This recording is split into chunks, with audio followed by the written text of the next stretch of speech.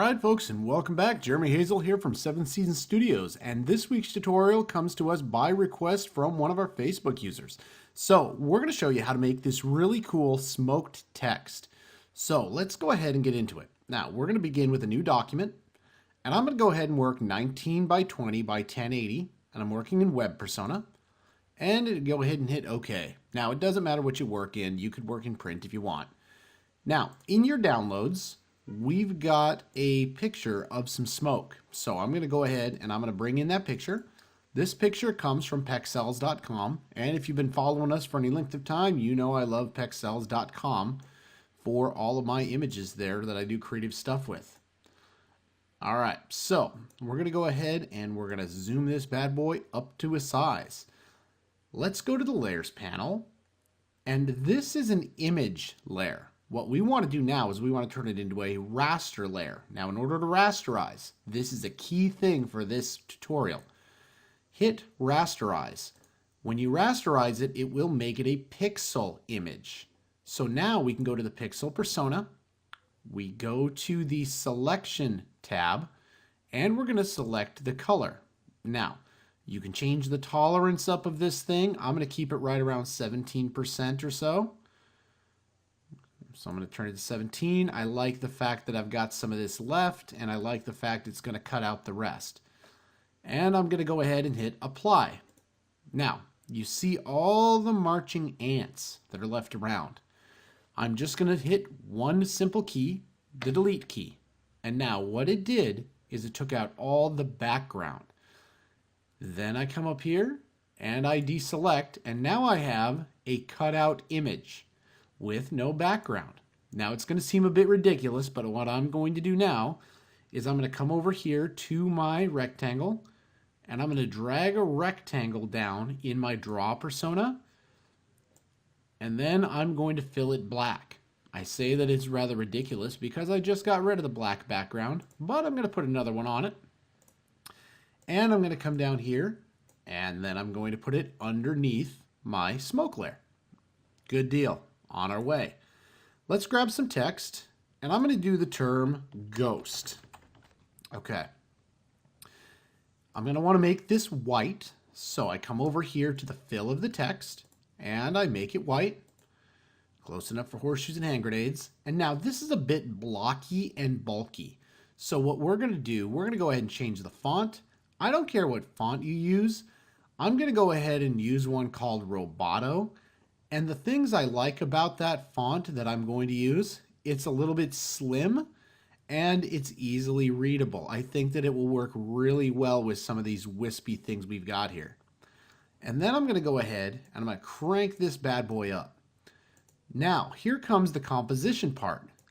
I think I can put the S right around in this area there where the smoke is, and I think I can bury it along this line here. I think I can make the T swoop up around here, and I think I could probably put the O right up around in here. So I think that this is probably a good spot for my text. You see how I'm planning ahead. Now with the text layer selected, we're going to come up and we're going to grab the effect panel. So we go to effects, and I'm going to put a Gaussian blur. Let's go ahead and put an outer glow on this bad boy. Let's go ahead and do that. And then let's go ahead and up this radius here now. All right, now I'm going to want to take this opacity down a skosh.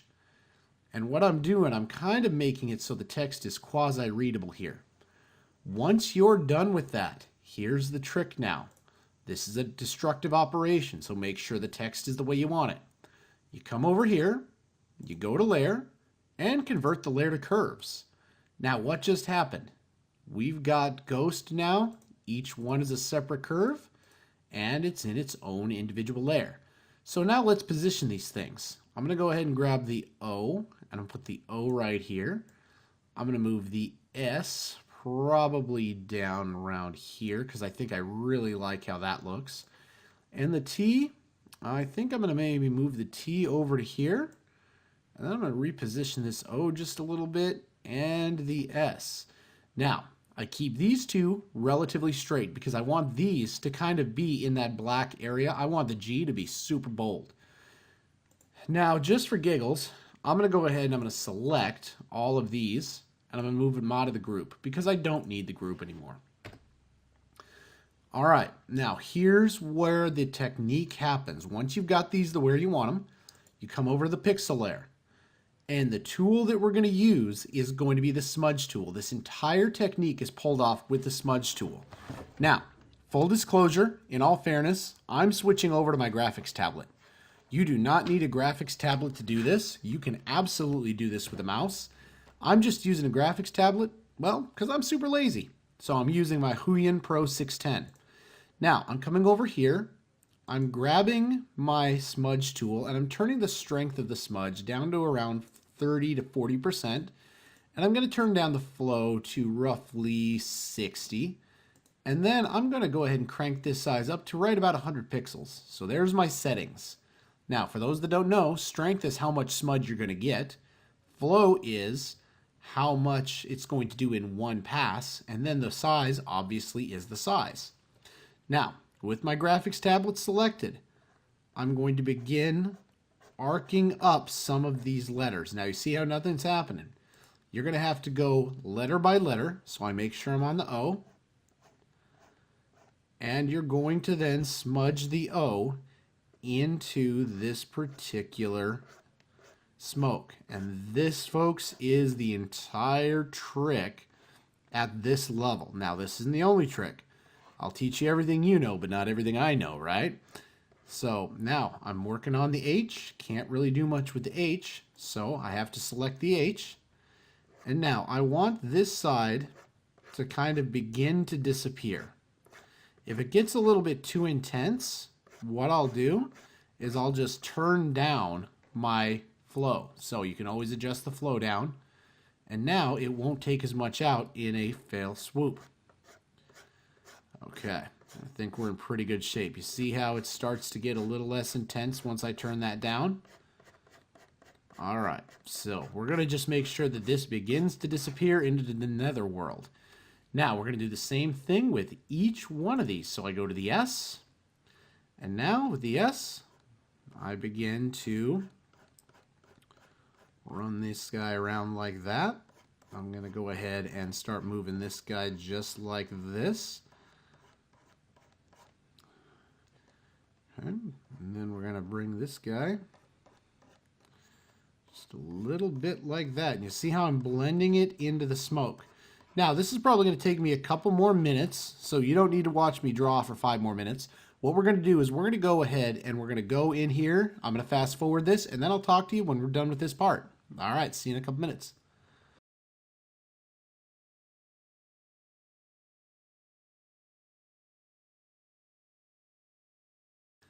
All right, folks, welcome back. So we now have taken this layer, I should say layers, and then we've gone through and kind of made this work.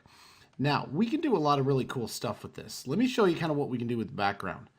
You can go through and create different effects with the background simply by changing the blend mode. So you can do a lot of really cool stuff with the blend mode, but I'll tell you what we're going to want to do. We're going to want to use the blend mode after we make the adjustment. So now, once you're happy with everything you got here, watch what we do. We grab all of these, and we right-click, and we group. And then we're going to rasterize the group. Now, once you do this, there's no going back. Rasterize group, 1 pixel layer. Now, you see how we've got some blues in here? The reason that we rasterize them is so that we could get this blue effect into the letters. So now, I'm going to go ahead and I'm going to start moving this blue into some of these letters here.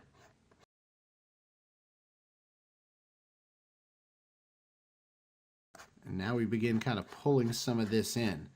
This is what makes some of this illusion work here.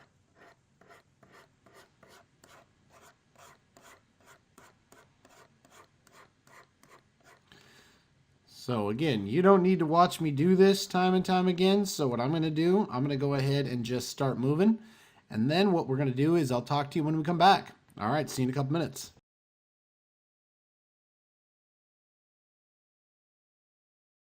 All right, folks, so now we're back. So now what we're going to do, we're going to take the next step now. This is kind of a neat trick. I like to use an adjustment layer at this point. I like to recolor. And now I'm going to go ahead and I'm going to turn this kind of a bluish because I want it to be a little bit more blue. I think it really gives a nice effect. And then we're going to go ahead and just turn that down ever so slightly until we're happy with it. All right, looking good. All right, so that's kind of how you pull off this effect. All right, so now we're going to come over and we're going to grab a rectangle. We're going to come over to the corner and we're going to pull another rectangle here. And now what we're going to do, we're going to add a transparent mask to it. So we're going to come over here and we're going to put a little bit of a mask in there. Now, what exactly did we do with this transparency? We took a black layer and we put it on top. And now we're going to move a layer in. And you'll see kind of how this starts the G being a little bit cool there. I want this G to come in pretty subtly there, right? And then I want it to really get light toward the end. All right, so I think that we're in pretty good shape there. I'm actually quite happy with how that turns out. All right, folks, so that's how you pull off the ghost smoke text in Affinity Designer. If you like the video, go ahead and give it a thumbs up. If you want more videos like this, go ahead and subscribe. And if there's something you want to see in Affinity Designer, drop me a line below. All right, this is Jeremy Hazel from 7 Studios, and remember what I ask you every time. What did you create today? Because we're all creators, and that, at the end of the day, is what we lay our head on the pillow to figure out. All right, folks, we'll see you in the next one.